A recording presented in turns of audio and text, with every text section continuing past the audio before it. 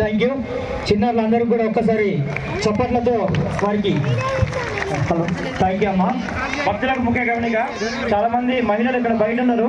ప్రతి ఒక్కరు కూడా ఒక మనిషి 3 దీపాలు వెలిగించండి. చాలా మంది ఇక్కడ బయట ఉన్నారు. అందరూ కూడా